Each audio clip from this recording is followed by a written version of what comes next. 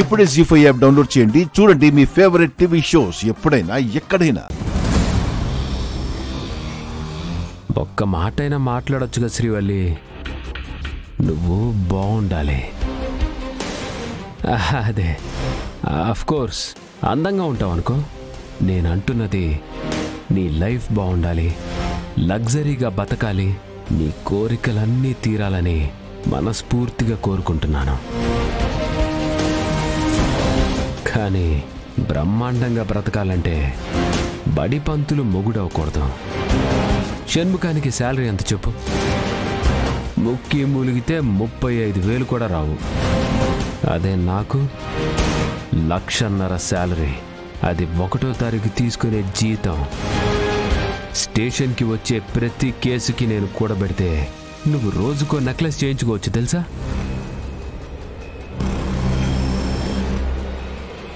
కుదురుగా కూర్చోలేవా? అదేమన్నా సోఫా అనుకున్నావా? లేదా ఇంట్లో ఉన్నట్టు ఫీల్ అవుతున్నావా? కింద పడితే పళ్ళు రాలుతాయి. పళ్ళు రాలాకే కింద పడతాయి. జోకా? మరి లేకపోతే ఏంటి? నీ వెనక కూర్చుంటానంటే ఈ తొట్టిలో పడేశావు.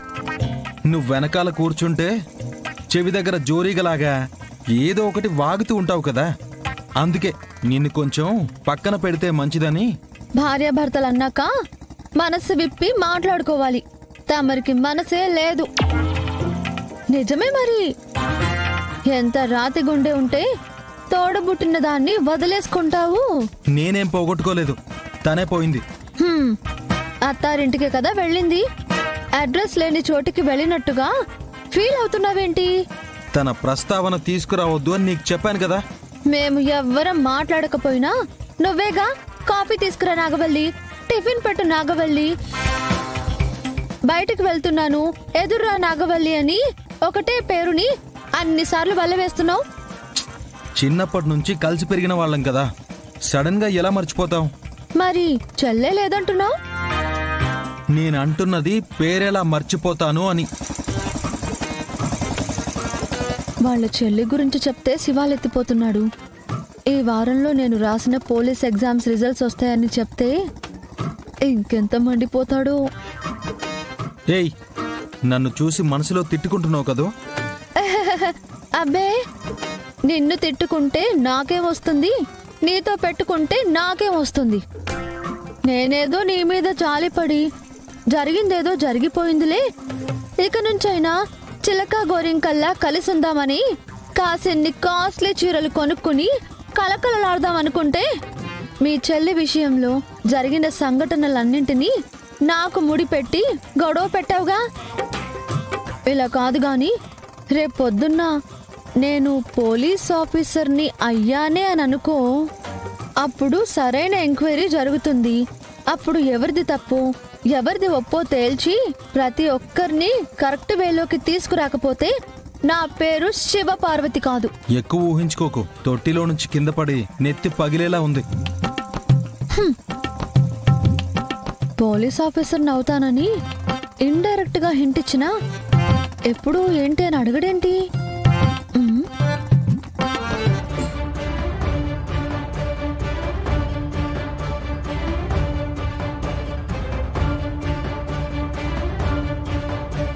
ఆగిపోయాడు శ్రీవల్లి. ఓహో, నా కార్ ఎక్కడానికి అనుకుంటా. వచ్చే, నేను వెంటనే ఇంటి దగ్గర దిగబెడతాను. దా ఎక్కు. లేదు, కాస్త టైం ఉందంటే అలా ప్రపంచాన్ని చుట్టేసుకొని అలా వదిలేస్తాను. బాబా చూడక్కడ.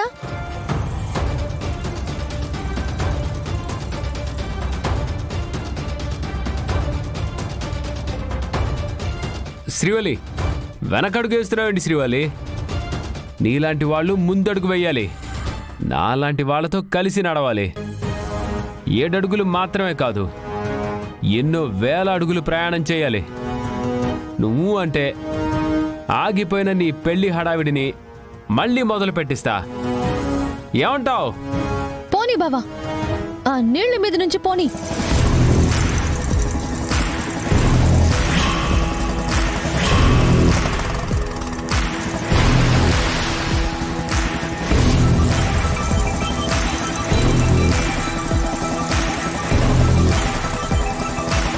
రాయ్,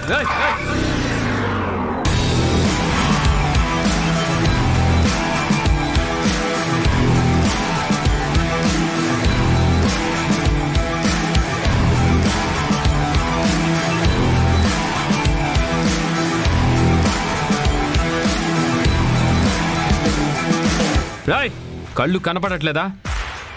కావాలని బురద నీళ్ళ మీద వెళ్ళావా?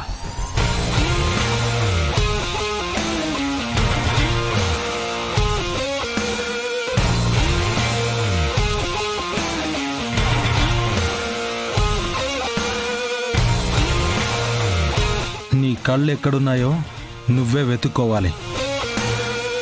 నా చెల్లెలు వెనకడుగు వేసిందంటే నీకు భయపడి కాదు, తనకి బుర్ర ఉండి. బ్రదర్కి అర్థం కాలేదనుకుంటా. నువ్వు సరిగ్గా బురద నీళ్లు ఉన్న గుంత దగ్గర కారాపావు. సరిగ్గా మేం కూడా ఇదే దారిలో వస్తున్నాం. వాళ్ళన్నయ్య ఏదో ఒకటి చేస్తాడని శ్రీవల్లికి తెలుసు. అందుకే పులి వెనకడుగు వేసింది. ఇక్కడ పులి అంటే ఎవరో కాదు, శ్రీవల్లి. శ్రీవల్లి శ్రీవల్లి గాండ్రిస్తూనే వేటాడాల్సిన అవసరం లేదు. ఆలోచనకు పదును పెట్టినా అది అవతలి వాణ్ణి దెబ్బతీస్తుంది బ్రదర్. అబద్ధాలతో అవతలి వాళ్లపైన బురద జల్లే నీలాంటి వాళ్ళకి నిజంగానే బోధపడుతుంది. ఎవరి దారినా వాళ్ళని వెళ్ళనివ్వాలి, లేదనుకో మట్టి కొట్టుకుపోతారు. ఇలాగే శ్రీవల్లి, బండెక్కమ్మా.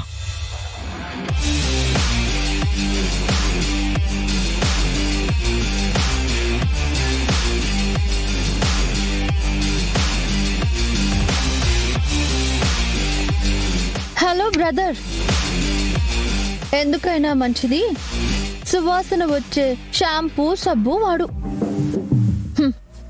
ఎందుకంటే ఈ దారిలో పొద్దున్నే పశువులు వెళ్తూ ఉంటాయి. ఆ నీళ్లు నీ మీద పడ్డాయి. కంపు కొట్టకూడదనే చెప్తున్నాను. ఉంటా మరి.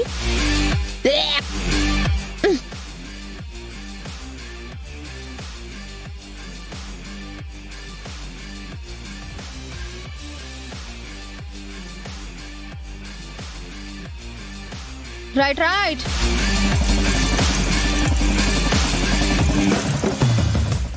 జీ5 యాప్ డౌన్లోడ్ చేసి అన్ని ఎపిసోడ్స్ పూర్తి ఉచితంగా చూడండి.